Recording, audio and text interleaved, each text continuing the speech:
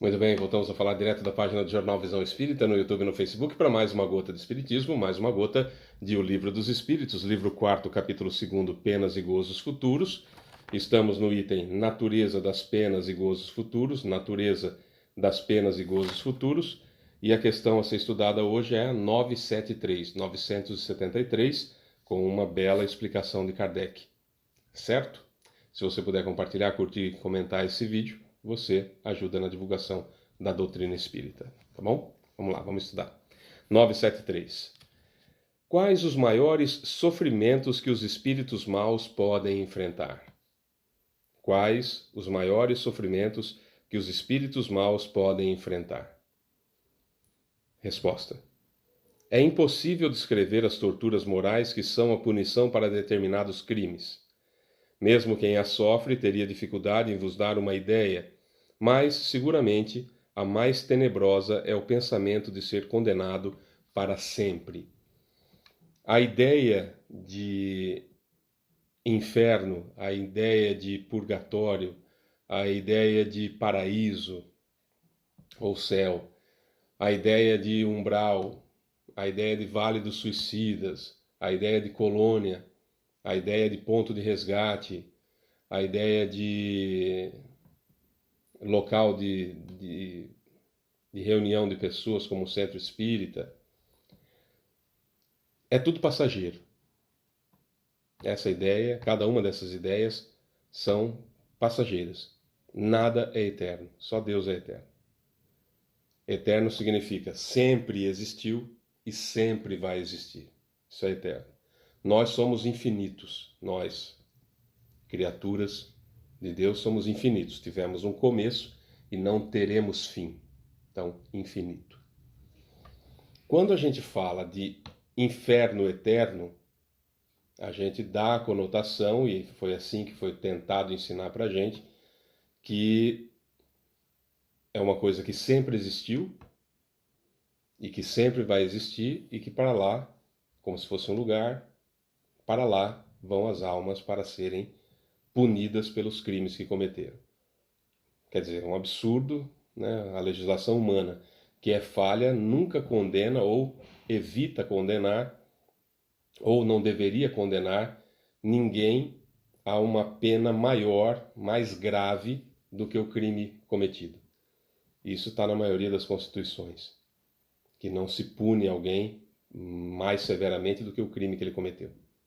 Por isso que na maioria dos lugares a pena de morte foi abolida, né?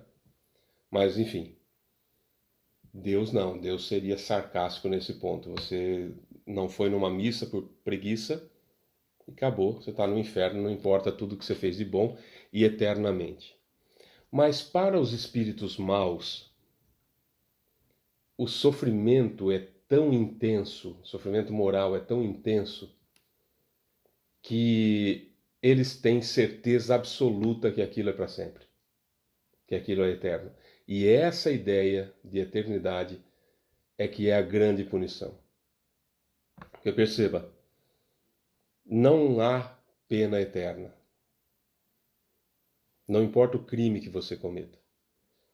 E nós precisamos mudar aos pouquinhos, nós estamos mudando isso, nós espíritas estamos mudando essa ideia de que a gente só mudou o nome, né? A gente vinha de uma religião que falava que tinha céu e inferno, a gente fala colônia e umbral, né? Como se fosse a mesma coisa, na nossa cabeça com a mesma ideia. Então, mesmo nós espíritas costumamos falar assim: nossa, fulano foi tão ruim nessa vida, né? Agora morreu, pelo menos ele vai começar a pagar. Então, pera lá. Eu ainda tô com essa ideia de que é no plano espiritual, que é quando desencarnar, que vai ser pego, ser levado por espíritos. Sabe? Acontece, claro, como aconteceu no filme Ghost, de virem aqueles espíritos mais atrasados e levarem. Sim, acontece, é claro que acontece. Mas não é um tipo de sofrimento que a gente imagina. Não tem um inferno para que eles fiquem padecendo lá. É um sofrimento muito mais grave do que a gente podia imaginar. Porque nós temos, todos nós, montado pela ideia das Bíblias antigas que tinham desenhos da época medieval, né? Que, enfim, que eram desenhadas, o inferno, o céu, etc, etc. Mas a grande maioria de nós tem uma ideia do que é o inferno, por exemplo, do que é o purgatório, do que é o céu, baseado no livro de Dante Alighieri, que é a Divina Comédia, em que Dante viaja pelo inferno, pelo purgatório e pelo paraíso. Esse livro que foi escrito muito provavelmente no início do século XIV, porque o Dante morreu em 1321, então ele teria terminado de escrever a Divina Comédia em 1320. E só depois é que foi sendo reconhecida essa obra, e realmente é uma obra muito interessante. São muitos os filmes que usam como base para identificar o céu, o inferno e o purgatório, aquilo que o Dante Alighieri mostra, narra nos seus livros, no seu livro A Divina Comédia. E essa ideia, tudo que está lá no livro, que muito provavelmente ele, durante o sono do corpo físico, ele saiu para ver, ele passou por aqueles locais e chamou de céu, e chamou de paraíso, chamou de purgatório e chamou de inferno, inclusive o mar de rostos dos suicidas e tudo mais, isso é muito comum, muito característico no Vale dos Suicidas. Muito provavelmente ele esteve lá realmente e traz uma alegoria, traz uma fantasia, traz uma ideia daquilo que ele viu lá. Mas não nada é eterno. Então tudo que se vê narrado na Divina Comédia realmente é daquele jeito. E o que ele chama de paraíso, aí estamos falando de colônias espirituais e pontos de resgate. Mas é daquele jeito. Só não é eterno. Mas veja bem, se você chega, se você, eu, qualquer um de nós, chegamos no médico com muita dor, seja ela qual for o tipo de dor, que a gente chega no médico, a gente quer ser atendido imediatamente, e 5 minutos que sejam, que a gente fica ali aguardando uma triagem, que a gente fica aguardando ser atendido por um médico no pronto-socorro, ser atendido num posto de saúde, ser atendido no consultório, enfim, não importa onde, aqueles 5 minutos são intermináveis, tanto para quem está passando pela dor, quanto para as pessoas que amam aquele que está passando pela dor, que ficam desesperados, que esbravejam, perdem o equilíbrio, acabam desrespeitando os profissionais de saúde, acaba querendo brigar com todo mundo, e muitos de nós somos assim, muitos de nós agimos dessa forma. De modo que às vezes foram 5 minutos que pareceram uma eternidade, é a relatividade do tempo. Se eu estou sofrendo, o tempo parece que passa muito devagar ou então não passa. O contrário também é verdadeiro. Quando você está se divertindo, quando você está fazendo alguma coisa que você gosta, quando você está com quem você ama, aquela 1 hora passou que você não percebeu absolutamente nada. Se você está se divertindo, 1 hora você não percebeu passar. Se está sendo agradável, 1 hora você não percebeu passar. Então, esse é o ponto. Quando os espíritos maus desencarnam e dão de cara com suas vítimas, dão de cara com os familiares e desnudos de corpo físico, diante de seus familiares, diante de seus amores, diante das pessoas que ele sempre impôs respeito, ele vê que as pessoas não o respeitam mais, que as pessoas não o temem mais, que ele não faz a mínima diferença, a não ser uma grande decepção daquilo que ele era. O estar desnudo, a verdade de quem se é diante das outras pessoas é uma grande tortura para o desencarnado, para o espírito mau. É uma grande tortura. Só que maior ainda do que essa tortura é que eles têm certeza absoluta, e Deus assim o permite como forma também da punição, de que aquilo é eterno. E não vai ter um espírito que vai chegar para ele e falar que não é, eterno aquilo, que não é para sempre. Ele vai ter certeza que para o resto da eternidade, e isso é tempo, barbaridade, ele vai ficar sofrendo daquele jeito. Ele vai ter essa impressão o tempo todo. E essa ideia de que é para sempre é que é a maior tortura de todas para o espírito endividado, para o espírito mau. O conhecimento espírita já ajuda também nesse ponto, né? O homem tem uma ideia mais elevada ou menos elevada das penas e gozos da alma após a morte, segundo o estado da sua inteligência. Quanto mais ele se desenvolve, mais essa ideia se purifica e se afasta da matéria. Ele compreende as coisas sob um ponto de vista mais racional, deixando de levar ao pé da letra as imagens de uma linguagem figurada. Ensinando-nos que a alma é um ser inteiramente espiritual, o raciocínio mais esclarecido nos diz, por isso mesmo, que ela não pode ser afetada por impressões que atuam apenas sobre a matéria. Mas nem por isso ela fica isenta de sofrimentos ou deixa de receber a punição pelos seus erros. Kardec faz uma citação aqui à questão 237. A alma de volta ao mundo dos espíritos ainda tem as percepções que tinha nessa vida? Sim, e outras percepções que não possuía, pois seu corpo era como um véu que a obscurecia. As comunicações espíritas têm como resultado mostrar-nos o estado futuro da alma, não mais em teoria, mas como uma realidade. Colocam diante de nossos olhos todas as peripécias da vida além-túmulo, mas ao mesmo tempo mostram-nos essas peripécias como consequências perfeitamente lógicas da vida terrena, e embora livres do aparato fantástico criado pela imaginação dos homens, não deixam de ser penosas para os que fizeram um mau uso de suas faculdades. A diversidade dessas consequências é infinita. No entanto, pode-se dizer, genericamente, que cada um é punido por seus pecados. Assim, alguns são castigados pela incessante visão do mal que fizeram, outros pelos desgostos, vou mudar, vamos falar direitinho. Assim, alguns são castigados pela incessante visão do mal que fizeram, outros pelos desgostos, pelo temor, pela vergonha, pela incerteza, pelo isolamento, pelas trevas, pela separação dos seres que lhes são queridos, etc. Aquele mal que você causou, que você se envergonha dele, é ele que vai ficar escancarado na sua cara quando chegar no plano espiritual. Para que isso crie uma situação de você se arrepender do que fez.